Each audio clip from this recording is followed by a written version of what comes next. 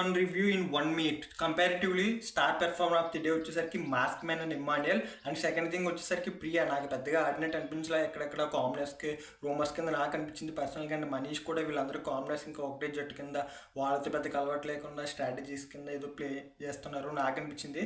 And Bharani garu okay okay అంటే ఆయన screen space తీసుకున్నాడు, బట్ అక్కడక్కడ నెగిటివ్ వైబ్స్ నాకు వచ్చింది తెలియదు పర్సనల్గా. And Pavan Kalyan, Rithu Chowdary love track ఏదో నడిపిస్తున్నాడు బిగ్ బాస్. డిమాండ్ పవన్ ఎపిసోడ్లో కనిపిస్తాడు అనుకున్నాను, అసలే కనబడలేదు. నెక్స్ట్ సంజయ్ గారు కొంచెం క్లీన్లో గట్రా కొంచెం బాగా మాట్లాడుతుంది తనైతే, నాకు చూసినంత వరకు లైవ్లో కానీ ఇది కానీ. అండ్ కంపారిటివ్లీ షష్ఠి వర్మ, ఇమ్మాన్యుయల్ వీళ్ళిద్దరూ కూడా లైక్ క్లీనింగ్లో కానీ కార్నర్స్తో మాట్లాడడం కానీ బాగా మాట్లాడుతున్నారు. And coming to Suman Shetty, ఈయన కూడా లైవ్లో కనిపించాడు కానీ లైవ్లో అందరినీ వాళ్ళ ప్లస్లు ఏంటి అన్నీ చెప్పాడు కానీ అదంతా కట్ చేస్తారు ఎపిసోడ్లో.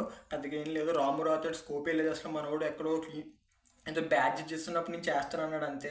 ఇంకా తర్వాత తను నాకు ఫుల్ నెగిటివ్ వైబ్స్ వచ్చినాయి, ఎందుకో తెలియదు. మాస్క్ మ్యాన్ ఫుడ్ విషయంలో మాట్లాడితే మేము ఎఫెక్ట్ అవుతాయి ఏంటన్నది. ఇంకా శ్రీజ కూడా అంత ఇంపాక్ట్ అయితే లేదని నాకు అనిపిస్తుంది. ఇది డే 1 రివ్యూ. మీకు ఎలా అనిపించిందో కింద కామెంట్ చేసేయండి.